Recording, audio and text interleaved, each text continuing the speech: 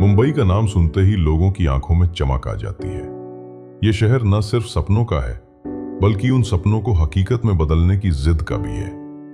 पर उसी चमकदार शहर में कई अंधेरी गलियां और छोटी छोटी बस्तियां भी बसी हैं। इन्हीं बस्तियों में से एक तंग मोहल्ले में रहता था आरव मिश्रा।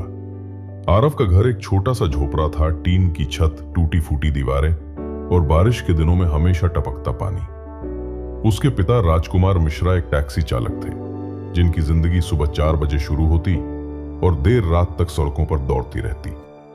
मां सरोजा मिश्रा घर संभालती और मोहल्ले के बच्चों को पढ़ाती, ताकि घर के खर्च में थोड़ी मदद हो सके।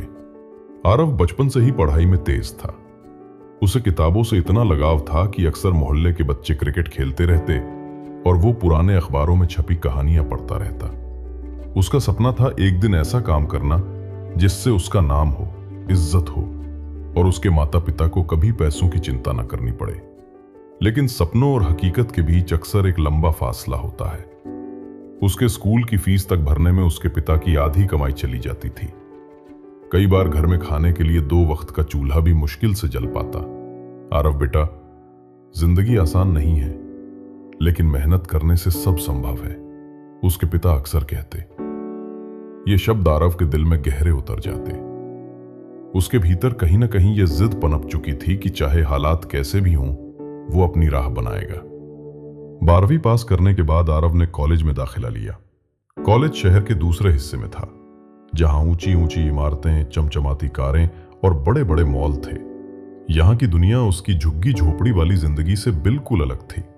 पहले दिन जब वो कॉलेज पहुंचा तो उसके साधारण कपड़े और टूटी साइकिल देखकर कई लड़के लड़कियां हंस पड़े, लेकिन आरव के चेहरे पर कोई शिकन नहीं आई। उसे पता था कि वो वहां पढ़ने आया है, दिखावे के लिए नहीं। धीरे धीरे उसने खुद को उस माहौल में ढालना शुरू किया। लाइब्रेरी उसका सबसे पसंदीदा ठिकाना बन गया। वो घंटों किताबें पढ़ता, रिसर्च करता और नोट्स बनाता। उसके प्रोफेसर भी उसकी लगन देखकर हैरान रह जाते, लेकिन अकेलापन उसे अक्सर काटने लगता। दोस्त तो थे, पर असली दोस्ती वही निभा सकता है जिसके हालात आपसे मिलते जुलते हों। कई बार वो कॉलेज कैंटीन में बैठकर सिर्फ कॉफी की खुशबू सूंघता रहता, क्योंकि 50 रुपए की कॉफी उसके हफ्ते भर के बस किराए से भी ज्यादा थी। शाम को जब वो झोपड़ी में लौटता तो मां का चेहरा देख सारा दर्द मिट जाता। मां हमेशा कहती, बेटा, मेहनत करने वालों की हार नहीं होती, बस विश्वास बनाए रखो। कॉलेज का दूसरा साल आरव के लिए और भी कठिन था। पढ़ाई का दबाव बढ़ता जा रहा था और घर के हालात और बिगड़ चुके थे। उसके पिता की टैक्सी खराब हो गई थी, जिसकी मरम्मत के लिए पैसे जुटाना असंभव लग रहा था। कई बार घर में खाली बर्तन देखकर आरव का दिल बैठ जाता। आरव ने तय किया कि वो पढ़ाई के साथ साथ कोई छोटा मोटा काम करेगा। शहर की भीड़भाड़ में उसने एक रेस्टोरेंट में वेटर की नौकरी पकड़ ली। दिन में क्लास, शाम को नौकरी, रात में पढ़ाई। उसकी जिंदगी एक थकाऊ चक्र बन चुकी थी। रेस्टोरेंट में कई बार अमीर ग्राहकों की बातें सुनकर उसका दिल दुखता। लोग बची हुई महंगी डिशें बेकार समझकर छोड़ देते और वो मन ही मन सोचता, काश ये सब खाने का थोड़ा हिस्सा भी मेरी झोपड़ी में पहुंच जाता। पर यही हालात उसे और मजबूत बना रहे थे। वो जानता था कि हालात हमेशा एक जैसे नहीं रहते। कॉलेज में हर साल एक बिजनेस आइडिया प्रतियोगिता होती थी। छात्र अपने अपने स्टार्टअप आइडिया प्रस्तुत करते और विजेता को छात्रवृत्ति और कुछ फंडिंग मिलती। आरव ने भी भाग लेने का निश्चय किया। उसके पास पैसे नहीं थे, पर विचारों की कमी नहीं थी। उसने एक प्रोजेक्ट तैयार किया, सस्ते और पोर्टेबल सोलर लाइट्स। उसकी सोच थी कि शहर की झुग्गियों और छोटे कस्बों में जहां बिजली की समस्या है, वहां ये सस्ती सोलर लाइट बड़ा बदलाव ला सकती है। प्रतियोगिता के दिन कई अमीर छात्रों ने महंगे प्रेजेंटेशन दिए, पावर पॉइंट, ग्राफिक्स और चमकदार स्लाइड्स। आरव के पास सिर्फ चार्ट पेपर, हाथ से बनाए डायग्राम और उसका आत्मविश्वास था।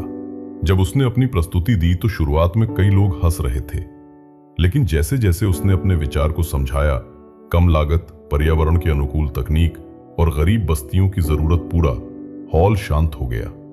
अंत में निर्णायकों ने तालियां बजाकर उसकी सराहना की और परिणाम आया, विजेता आरव मिश्रा। वो दिन उसकी जिंदगी का पहला मोड़ था। उसे न सिर्फ छात्रवृत्ति मिली, बल्कि एक छोटी सी राशि भी मिली। जिससे उसने अपने परिवार की मदद की।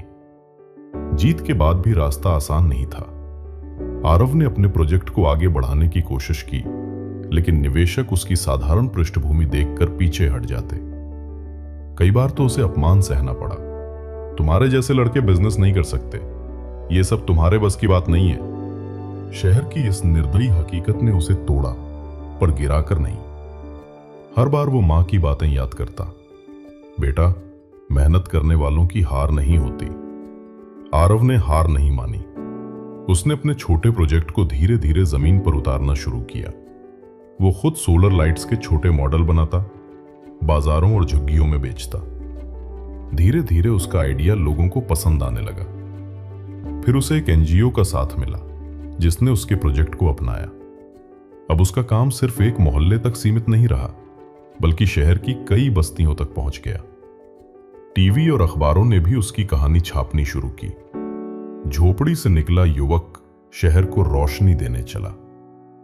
आरव का नाम अब धीरे धीरे जाना जाने लगा। कुछ सालों बाद आरव ने अपनी कंपनी खड़ी की।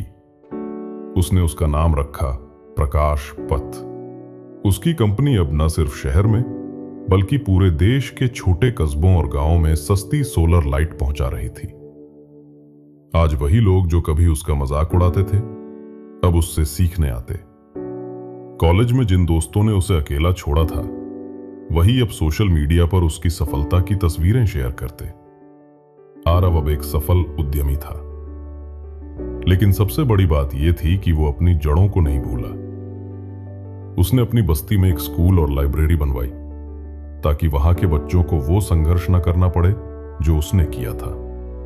एक छोटे से झोपड़े से निकला लड़का आज देश भर में रोशनी वाले आरव के नाम से जाना जाता था। उसने साबित कर दिया कि सपनों को पूरा करने के लिए दौलत नहीं, बल्कि जज्बा चाहिए। मुंबई जैसे बड़े शहर में जहां रोज हजारों लोग सपने लेकर आते हैं, आरव की कहानी हर उस इंसान के लिए प्रेरणा है जो सोचता है, क्या मैं शून्य से शिखर तक पहुंच सकता हूं?